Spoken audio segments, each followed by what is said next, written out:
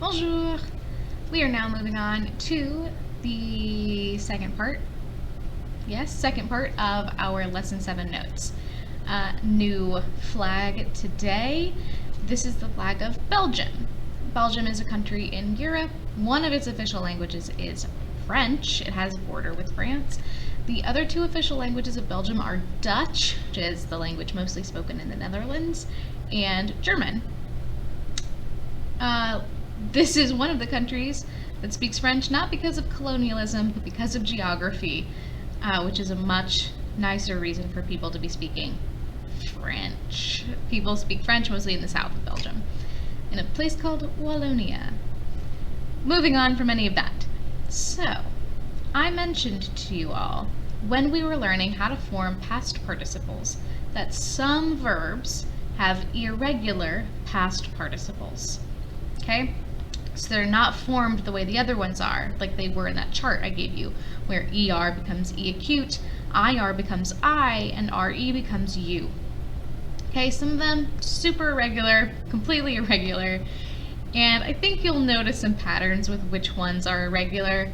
It tends to be irregular verbs.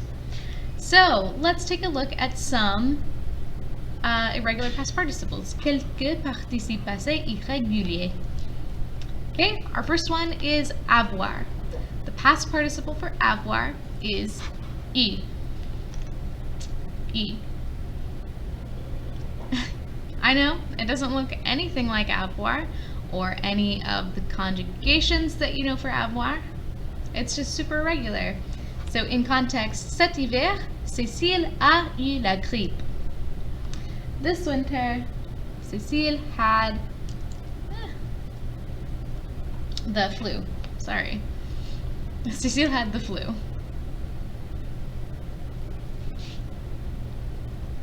Next, être. Alright, irregular verb, super common verb. You could have guessed probably that the past participle is going to be irregular as well. Past participle for être is été. Été. Été is also the word for summer, but they're not related. Don't worry about that. Then in context, moi, j'ai été malade. J'ai été malade. Me, I was sick. Was. So, ai été, or helping verb avoir, été, that's how we say was. Next one is faire. Past participle for faire is fait. F-A-I-T. Fait. And in context, nous n'avons pas fait nos devoirs. We didn't do our homework. We didn't do our homework. The past participle for mettre is mis, M-I-S. And then in a sentence, est-ce que tu as mis la table? Est-ce que tu as mis la table? Did you set the table? Remember, you should be pausing me whenever you need to write things down. Or type things if you're using that Google Doc. Next is prendre, which you'll notice it's kind of similar to the past participle for mettre, which is why we learned those verbs together, kind of. And that past participle is pris. In a sentence, je n'ai pas pris ton appareil photo. I didn't take your camera. Next is voir, your new verb, the one you learned in the last set of notes. And the past participle for voir is vu. Vu. Nous n'avons pas vu François après la classe. We didn't see François after class. Right? And this is the other half of the phrase déjà vu. Déjà vu.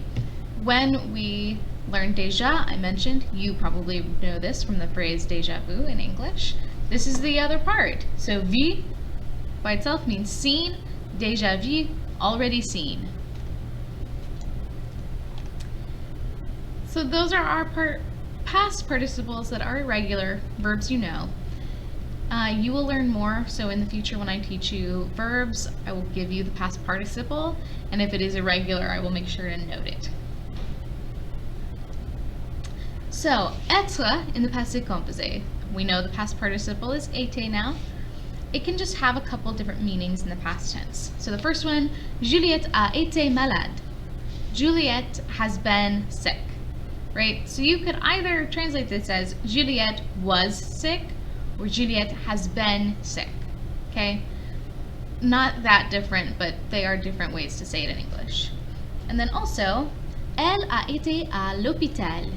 She went to the hospital, okay? In English, that's normal for us to say she went to the hospital when what we mean is she was in the hospital.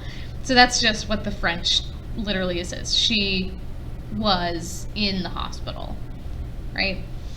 Although often in English we would say went. They don't use the verb aller to describe that in French though. Okay, yeah, just some notes on different meanings être in the past tense can have. Then, verbs like mettre and prendre. So you learned several verbs with each of these that are conjugated the same, like promettre and permettre, comprendre, apprendre. I think that's it. So their past participles work the same way. They follow the same pattern. For example, promettre, promettre, to promise. Past participle is promis. Promis, and you can kind of see here where we get our word promise in English. It comes from this. So, j'ai promis d'aider mon grand-père. I promised to help my grandfather. And same thing with verbs that are conjugated like prendre, like comprendre, to understand. It is compris in the past. The past participle is compris. So, nous n'avons pas compris la question.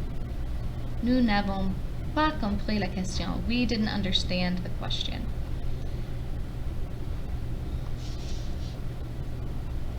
And finally, il y a au passé composé. Il y a, you know, means there is or there are. So I want you to take a second and figure out what the verb in il y a is. There is a verb. It's a verb you know. What is the verb? Pause me if you need to.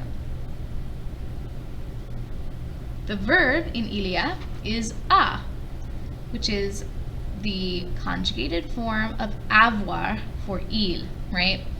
So this is a form of avoir, so in the past tense, we will use the past participle for avoir.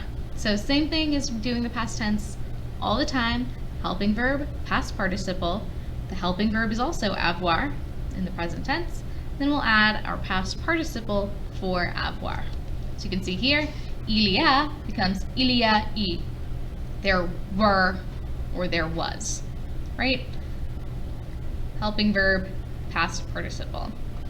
That is the one thing you should always have in your head when you're working in the passé composé. You need to have at least two words, helping verb and a past participle. Currently, the helping verb is always the present tense of avoir, and you know either past participles follow regular patterns or they are one of these irregular ones I've just shown you. Two words, always. In context, il y a eu un bon film à la télé. There was a good movie on TV. Helping verb, past participle. There was a good movie. Okay, so that is it for this section of notes on irregular past participles. Let's take a look at your practice. So in this, you are describing what the following people did Saturday using the passé composé of the verbs in parentheses. So the first verb in the parentheses will go in the first blank, the second one will go in the second blank. You're not worrying about negatives for this one. You're always going to make them affirmative sentences. They are going to be in the passé composé. And just go ahead and bold that. Okay, so helping verb, past participle. There should be two words per blank. That's it. There will be an answer key at the bottom of this for you to check. And that's it. Hopefully, this is some more good practice with passé composé for you. and also some good practice using these new irregular past participles. Let me know if you need any help or you have any questions, and au revoir!